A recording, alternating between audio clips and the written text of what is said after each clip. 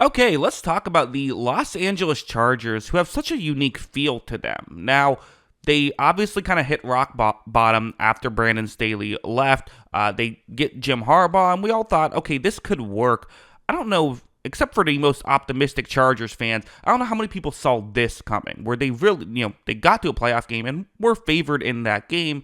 Obviously, the game itself didn't go well. Herbert probably played his worst game, easily played his worst game in a year, which sucks. But ultimately, you can't help but feel like this is a team moving in the right direction. However, how do you go from a team that is moving in the right direction, was a playoff team, to being more than that, being a team that can hang with, they got the Chiefs in the division, right? How can they beat the Chiefs as opposed to barely losing to them?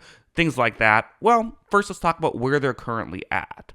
Well, first, let's use PFF grades to kind of give an idea of, at least where PFF feels like they're at. These are positional categories where they ended up in. Third highest graded passing. And that's, listen, as much as people want to talk about Herbert and, he didn't get it done in the playoffs, 2 bad playoff games. First, he was good against the Jaguars. That's not fair.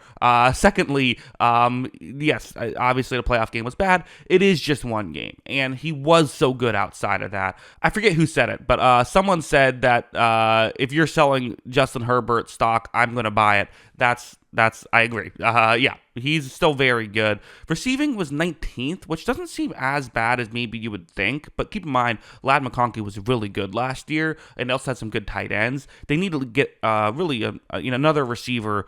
And again, people always think, well, you need a number 1 and number 2. You just need enough receivers. You can deal with 3 good receivers if none of them are a number 1, because McConkey can win one-on-ones against man coverage, even if it's in the slot. I don't know. Why is that not a number 1? The offensive line had some injuries. You hope that they can get healthier. Running in terms of the rushing, this is one of those weird things where PFF was not crazy about J.K. Dobbins, but a lot of the fans really were, so I don't know what to make of that. But the defense was great. Second best coverage, 8th best run defense, and still a very good pass rush at 12th best. Obviously, Khalil Mack and Joey Bosa make the pass rush pretty good. So, okay, that's the team. I think the main place people will say they need to improve upon is they could add another receiver. But you look at their cap space right now, they're actually in a really good spot. They have $63 million this offseason and $174 next offseason. Obviously, they have some guys they'll have to pay next offseason, but nonetheless, they're in position where they can add pieces if they want to. They do have some free agents upcoming that they have to worry about. These are the notable free agents that are going to hit the market, and the number next to them is how many millions of dollars they're projected to get in free agency. I think right off the bat, Asante Samuel Jr. can't go. That's just, you got to make sure you bring him back, I would think. I don't think you let a really good corner walk like that. Kristen Fulton was also good for them last year, and of course, Khalil Mack.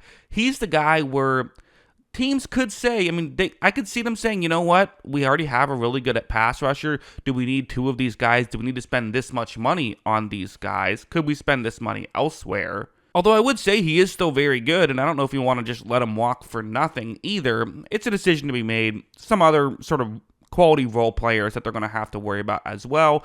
But again, they have a little bit of cap space here. They could honestly re-sign all these guys and probably still have enough money to sign a free agent if they wanted to. I think I'm going to say this of every team, but hey, maybe you could even get crazy and let Mack walk and then trade for Myles Garrett. I don't know. But as of right now, definitely there's things that can be done. And again, will a Chris Godwin or a T. Higgins hit the open market is the question. Will you get a chance to throw a bag of money at one of those top receivers? Maybe not.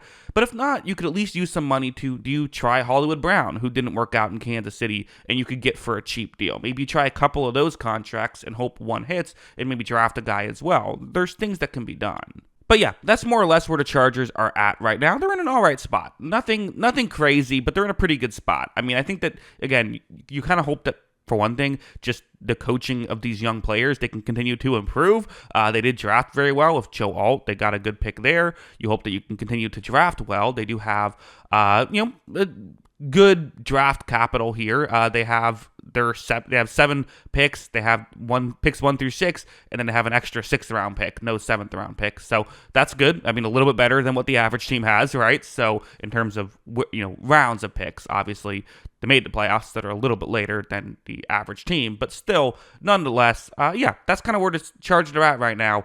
That's what I think about all of this. What do you think? Let me know in the comments below. Always love hearing from you. And of course, as always, thanks for watching.